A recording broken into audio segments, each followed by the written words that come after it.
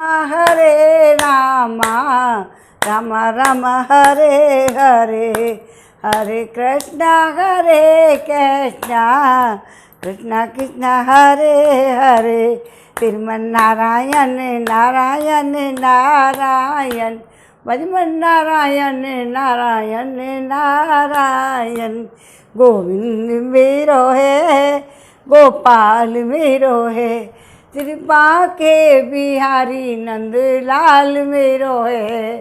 बांके बिहारी जय हो तुम्हारी, जय हो तुम्हारी लाला जय हो तुम्हारी। हरे रामा राम राम हरे हरे। आप जय हो, जय सिया राम, जय जय राम। अब 119वां सर्ग पढ़ेंगे। इसमें है अनुसुईया की आज्ञा से सीता का उनके दिए हुए वस्त्राभूषणों को धारण करके श्री राम जी के पास आना, श्री राम आदि का रात्रि में आश्रम पर रहकर प्रातःकाल अन्यत्र जाने के लिए ऋषियों से विदा मांगना।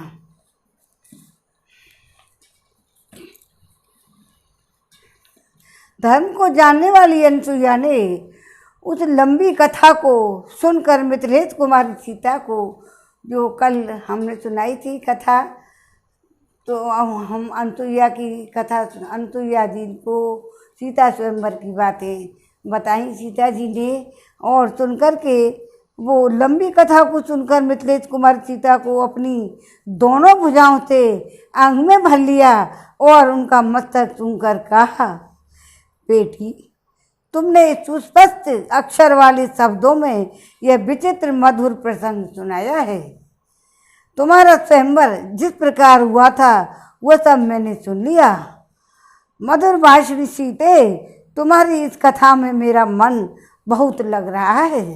तथापि तेजस्वी सूर्यदेव रजनी की शोक बेला को निकट पहुंचाकर अस्त हो गए। जो दिन में चारा चुगने के लिए चारों ओर छिटके हुए थे, वे पक्षी अब संध्या काल में नींद लेने के लिए अपने घोंसले में आकर छिप गए हैं। उनकी यह ध्वनि सुनाई दे रही है। ये जल से भीगे हुए वलकल धारण करने वाले मुनि, जिनके शरीर स्नान के कारण आर्द्र दिखाई देते हैं,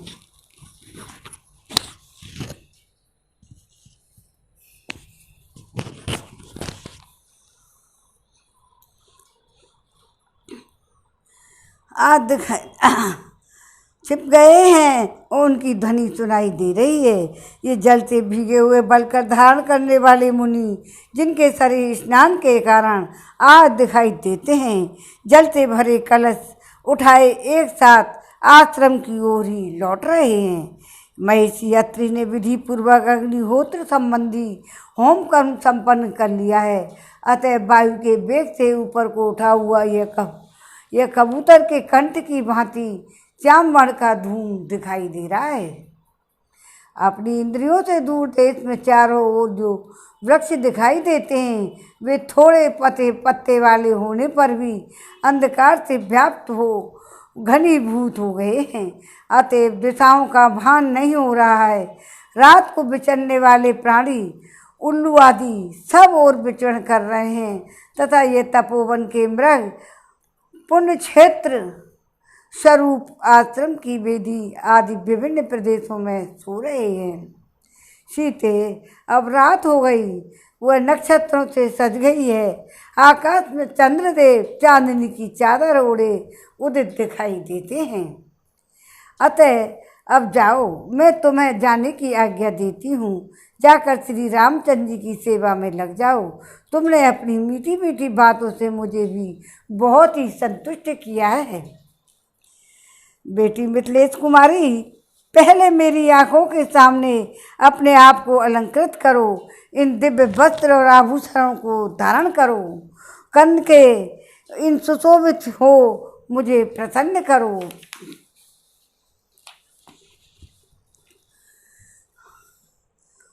यह सुनकर देव कन्या के समान सुंदरी सीता उस समय वस्त्राभूषणों से अपना श्रृंगार किया और अनुसुईया के चरणों में सिर झुकाकर प्रणाम करके अनंतर वे श्री राम के सम्मुख गईं।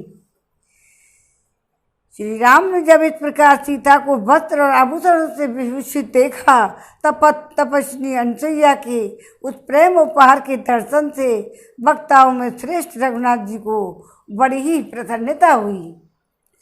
उस समय मिथिलेश कुमारी सीता ने तपस्वी अनुसुईया के हाथ से जिस प्रकार वस्त्र आभूषण और हार आदि का प्रेमोपहार प्राप्त हुआ था वह सब रामचंद्र जी से उन्होंने कह सुनाया। भगवान श्री राम महारथी लक्ष्मण सीता का वह सत्कार जो मनुष्यों के लिए सर्वथा दुर्लभ है देखकर बहुत ही प्रसन्न हुए। तदंतर समस्त तपस्वी जनों से सम्मानित हुए रघुकुल नंदन श्री राम ने अनुसुईया के दिए हुए पवित्र अलंकार आदि से अलंकृत चंद्रमुखी सीता को देखकर बड़ी प्रसन्नता के साथ वहाँ रात्रि भर निवास किया। वह रात बीतने पर जब सभी वनवासी तपस्वी मुनि स्नान करके अग्निहोत्र कर चुके तब पुरुष सिंह श्री राम लक्ष्मण ने उनके साथ जाने के लिए आज्ञा मांगी। तब वे धर्मपरायण वनवासी तपस्वी उन दोनों भाइयों से इस प्रकार बोले, हे रघुनंदन, इस वन का मार्ग राक्षसों से आक्रांत है। यहाँ उनके उपद्रव होते रहते हैं। इस विशाल वन में नाना रूपधारी नरभक्षी राक्षस तथा रक्त भोजी हिंसक पशु निवास करते हैं। हे राघवेंद्र, जो तपस्वी ब्रह्मचारी वहाँ अपवित्र अथवा असावधान अवस्था में मिल जाता है उसे वे राक्षस और हिंसक जंतु इस महान वन में खा जाते हैं। अतः आप इन्हें रोकिए, यहीं से मार्ग भगाइए। हे रघुकुल भूषण, यही वह मार्ग है जिसे महर्षि लोग वन के भीतर फल मूल लेने के लिए जाते हैं। आपको भी इसी मार्ग से इस दुर्गम वन में प्रवेश करना चाहिए।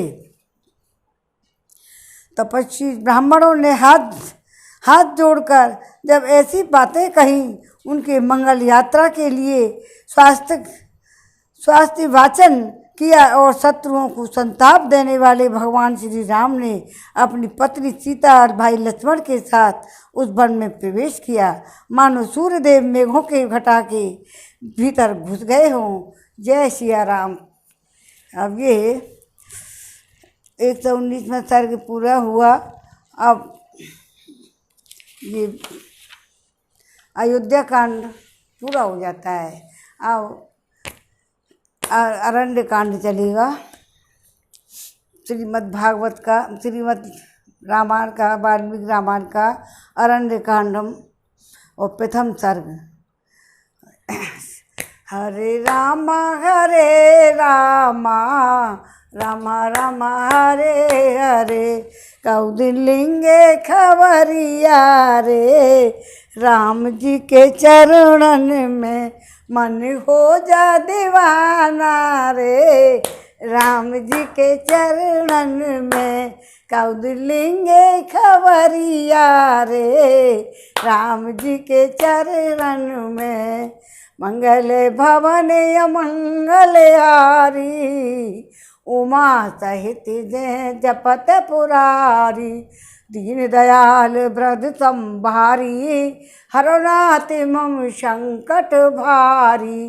अब वाल्मीकि रामायण का पहला सर्ग शुरू होता है अरण्य कांड का। इसमें श्री राम लक्ष्मण और सीता का तापसों के आश्रम मंडल में सत्कार। दंडकारण्य नामक महान वन में प्रवेश करके मन को बस में रखने वाले दुर्जय वीर श्री राम ने तपस्वी मुनियों के बहुत से आश्रम देखे। वहाँ कुश और बलकल वस्त्र पहने हुए थे। वह आश्रम मंडल ऋषियों की ब्रह्म विद्या के अभ्यास से प्रकट हुए विलक्षण तेज से व्याप्त था। इसलिए आकाश में प्रकाशित होने वाले दुर्दश सूर्यमंडल की भांति वह भूतल पर उद्दीप्त हो रहा था। राक्षस आदि के लिए उसकी ओर देखना भी कठिन था। वह आश्रम समुदाय सभी प्राणियों को शरण देने वाला था।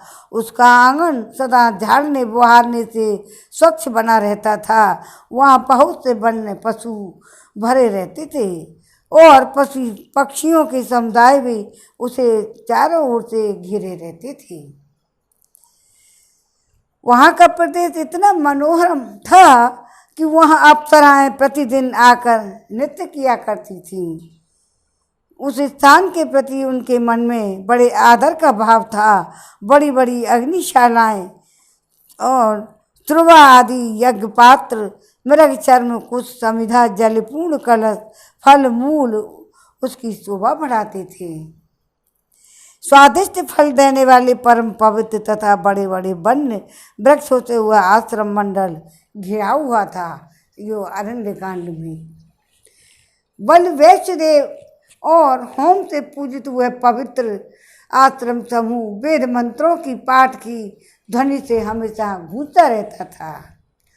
कमल पुष्पों से सुशोभित पुष्पकर्णी उस स्थान की शोभा बढ़ाती थी और वहाँ भी बहुत से फूल सब प्रकार सब ओर बिखरे हुए थे। उन आश्रमों में चीर, काला, मृगचर्म धारण करने वाले तथा फल मूल का आहार करके रहने वाले जितेंद्रिय, सूर्य और अग्नि के तुल्य महातेजस्वी पुरातन मुनि वहाँ निवास करते थे। नियमित आहार व करने वाले पवित्र महिषियों से सुशोभित हुए आश्रम समूह ब्रह्मा जी के धाम की भांति तेजस्वी एवं वेद ध्वनि से निनादित था। वेद ध्वनि से निनादित था। अनेक महाभाग ब्रह्मवेत्ता ब्राह्मण उन आश्रमों की शोभा बढ़ाते थे। महातेजस्वी श्री राम ने उस आश्रम मंडल को अब देखकर अपने महान धनुष की प्रत्यंता उतार दी। फिर वे आश्रम के भीतर गए। श्री राम यशस्वी सीता को देखकर वे दिव्य ज्ञान से संपन्न महिषी बड़ी प्रसन्नता के साथ उनके पास गए। दृढ़ता पूर्वक उत्तम व्रत का पालन करने वाले वे महिषी उदयकाल के चंद्रमा की भांति मनोहर धर्मात्मा श्री राम को, लक्ष्मण को और यशस्वी विदेह राजकुमारी को, सीता को भी देखकर उन सब के लिए मंगल में आशीर्वाद देने लगे। उन्होंने उन तीनों को आदरणीय अतिथि के रूप में ग्रहण किया। श्री राम के रूप, शरीर की गठन, कांति, सुकुमार तथा सुंदर वेश को उन वनवासी मुनियों ने आश्चर्यचकित होकर देखा। वन में निवास करने वाले वे सभी मुनि श्री राम, लक्ष्मण और सीता तीनों को एकटक नेत्रों से देखने लगे। उनका स्वरूप उन्हें आश्चर्य में प्रतीत होता था। समस्त प्राणियों के हित में तत्पर रहने वाले उन महाभाग महिषियों ने वहाँ अपने प्रिय अतिथि इन भगवान श्री राम को पर्णशाला में ले जाकर ठहराया। अग्नितुल्य तेजस्वी और धर्मपरायण उन महाभाग मुनियों ने श्री राम को विधिवत सत्कार के साथ जल समर्पित किया। फिर बड़ी प्रसन्नता के साथ मंगल सूचक आशीर्वाद भी देते हुए उन महात्मा श्री राम को उन्होंने फल मूल और फूल आदि के साथ सारा आश्रम भी समर्पित कर दिया। जय श्री राम।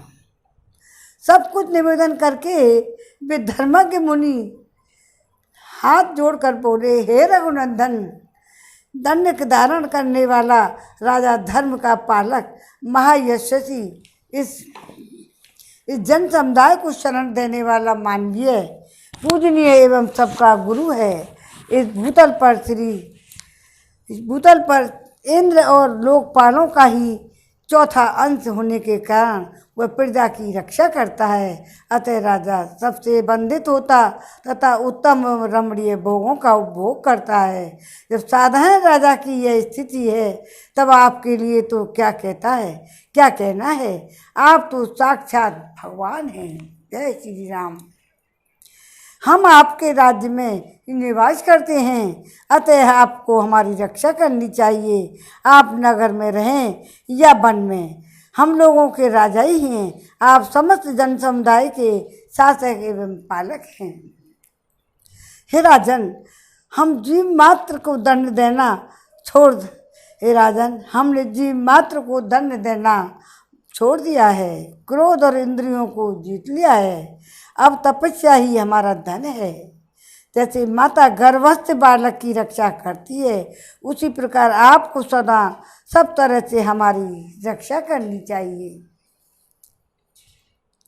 ऐसा कहकर उन तपस्वी मुनियों ने वन में उत्पन्न होने वाले फल, मूल, फूल आदि अन्य अनेक प्रकार के आहारों से लक्ष्मण और सीता सहित भगवान श्री रामचंद्र जी का सत्कार किया।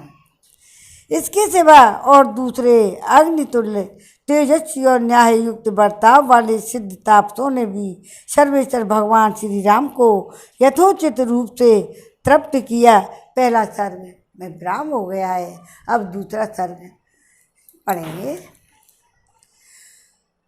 हरे रामा राम राम हरे हरे, प्रभु हम भी शरणागत हैं, प्रभु हम भी शरणागत हैं। अब ऐसे ही करते करते भगवान सन्यासी और ऋषि मुनि भगवान राम से प्रार्थना कर रहे हैं और वन के भीतर श्री राम, लक्ष्मण और सीता पर विराध का आक्रमण होता है। इस दूसरे सर्ग में रात्रि में उन महिषियों का आतिथ्य ग्रहण करके सवेरे सूर्योदय होने पर समस्त मुनियों से विदा ले श्री रामचंद्र जी पुनः वन में आगे बढ़ते हैं। जाते जाते लक्ष्मण सहित श्री राम ने वन के मध्य भाग में ऐसे स्थान को दिखाया, वहाँ नाना प्रकार के मृगों से व्याप्त था और बहुत से रीछ और बाघ रहा करते थे। वहाँ के वृक्ष लता झाड़ियाँ नष्ट भ्रष्ट हो गई थीं। उस बान प्रांत में किसी जलाशय का दर्शन होना कठिन था। वहाँ के पक्षी वहीं चहक रहे थे, झींगरों की झंकार गूंज रही थी। भयंकर जंगली पशुओं से भरे हुए दुर्गम वन में सीता के साथ श्री रामचंद्र जी ने एक नरभक्षी राक्षस को देखा, जो पर्वत शिखर के समान ऊंचा था और उच्च स्वर से वो गर्जना कर रहा था।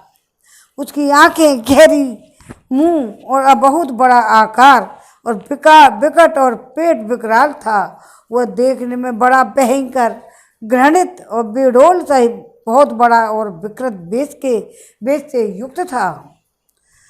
उसने खून से भीगा हुआ चर्बी से गीला व्याघ्र चर्म पहन रखा था। समस्त प्राणियों को त्रास पहुंचाने वाला वह राक्षस यमराज के समान मुंह बाएं खड़ा था।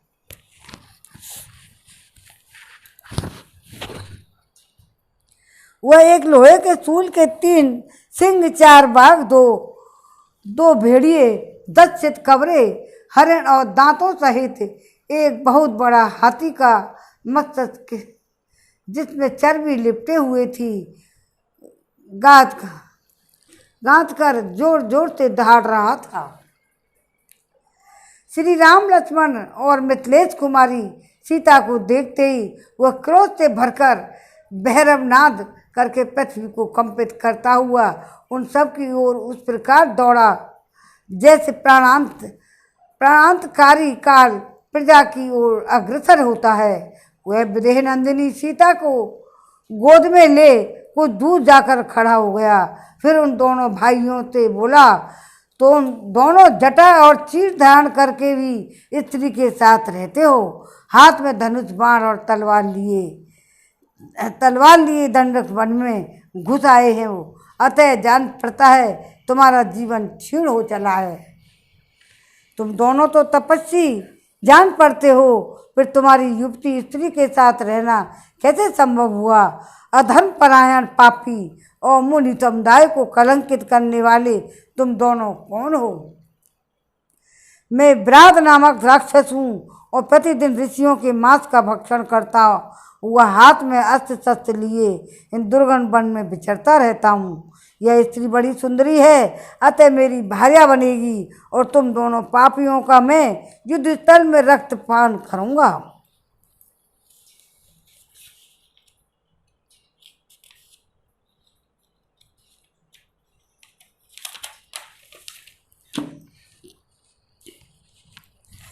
दुरात्मा विराट की ये दुष्टता और घमंड से भरी बातें सुनकर जनक नंदिनी सीता घबरा गईं।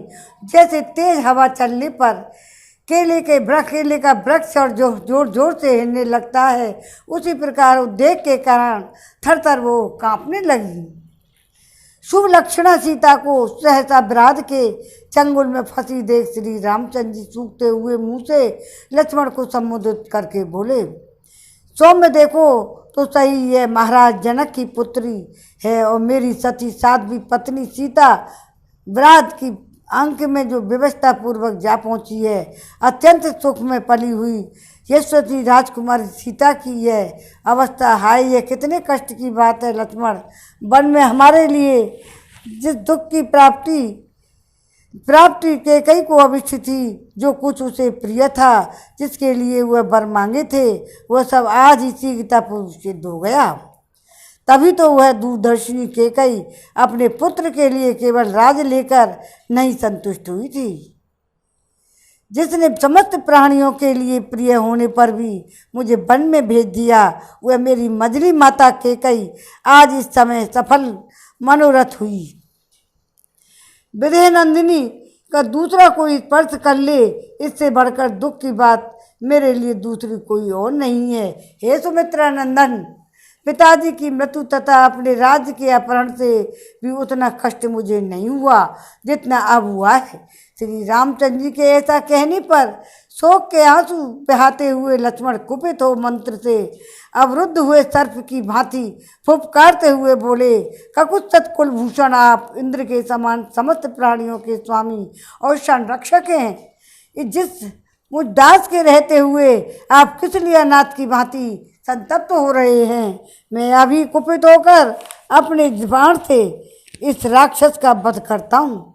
आज ये पृथ्वी मेरे द्वारा मारे गए प्राण शून्य विराट का रक्त पिएगी। राज की इच्छा रखने वाले भरत पर मेरा जो क्रोध प्रकट हुआ था, उसे आज मैं विराट पर छोड़ूंगा, जैसे वज्रधारी इंद्र पर्वत पर अपना वज्र छोड़ते हैं। मेरी भुजाओं के बल से बेगबान होकर छूटा हुआ मेरा महान बाण आज विराट के विशाल वक्ष स्थल पर गिरे, इसके शरीर से प्राणों को अलग करे, तत्पश्चात यह विराट चक्कर खाता हुआ पृथ्वी पर पड़ जाए। दूसरा सर्ग पूरा हुआ। जय राम जय सिया राम, जय जय हनुमान। जय राम जय सिया, जय जय हनुमान। अब तीसरा सर्ग। विराट और श्री राम की बातचीत। श्री राम और लक्ष्मण के द्वारा विराट पर प्रहार तथा विराट का इन दोनों भाइयों को साथ लेकर दूसरे वन में जाना। तदंतर विराट ने उस वन को गुंजाते हुए कहा, अरे मैं पूछता हूँ, मुझे बताओ तुम दोनों कौन हो और कहाँ जाओगे। महातेजस्वी श्री राम ने अपना परिचय पूछते हुए प्रज्वलित मुख वाले उस राक्षस से इस प्रकार कहा, तुझे मालूम होना चाहिए कि महाराज इक्ष्वाकु का कुल ही मेरा कुल है। हम दोनों भाई सदाचार का पालन करने वाले क्षत्रिय हैं, कारणवश इस समय वन में निवास करते हैं। अब हम तेरा परिचय जानना चाहते हैं। तू कौन है जो दंडक वन में स्वेच्छा से विचर रहा है। यह सुनकर विराट ने सत्य पराक्रम श्री राम से कहा, हे रघुवंशी नरेश, मैं प्रसन्नतापूर्वक अपना परिचय देता हूँ, तुम मेरे विषय में सुनो। जब नामक राक्षस का पुत्र हूँ, मेरी माता का नाम सत्यहृदय है। भूमंडल के समस्त राक्षस मुझे विराट के नाम से पुकारते हैं। मैंने तपस्या के द्वारा ब्रह्मा को प्रसन्न करके यह वरदान प्राप्त किया है कि किसी भी शस्त्र से मेरा वध न हो। मैं संसार में अच्छेद और अभेद्य होकर रहूं, कोई भी मेरे शरीर को छिन्न भिन्न नहीं कर सके। अब तुम दोनों इस युवती को, स्त्री को यहीं छोड़कर इसे पाने की इच्छा न रखते हुए जाएं और उसी प्रकार तुरंत यहाँ से भाग जाओ। मैं तुम दोनों के प्राण नहीं लूँगा।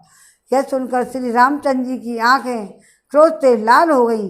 वे पापपूर्ण विचार और विकट आकार वाले उस पापी राक्षस विराट से इस प्रकार बोले, नीच, तुझे धिक्कार है, तेरा अभिप्राय बड़ा ही खोटा है। निश्चय ही तू अपनी मौत ढूंढ रहा है और वह तुझे युद्ध में मिलेगी। ठहर, अब तू मेरे हाथ से जीवित नहीं छूट सकेगा। यह कहकर भगवान श्री राम ने अपने धनुष पर प्रत्यंता चढ़ाई और तुरंत ही तीखे बाणों का अनुसंधान कस के उस राक्षस को बींधना आरंभ किया। उन्होंने प्रत्यंचा युक्त धनुष के द्वारा विराट के ऊपर लगातार 7 बाण छोड़े, जो गरुण और वायु के समान महान वेगशाली थे और सोने के पंखों से सुशोभित हो रहे थे। सोने के से पंखों से सुशोभित हो रहे थे। प्रज्वलित अग्नि के समान तेजस्वी और मोर पंख लगे हुए बाण विराट के शरीर को छेद कर रक्त रंजित हो पृथ्वी पर गिर पड़े। घायल हो जाने पर उस राक्षस ने विदेह कुमारी सीता को अलग रख दिया। स्वयं हाथ में शूल लिए अत्यंत कुपित होकर श्री राम और लक्ष्मण पर तत्काल वह टूट पड़ा।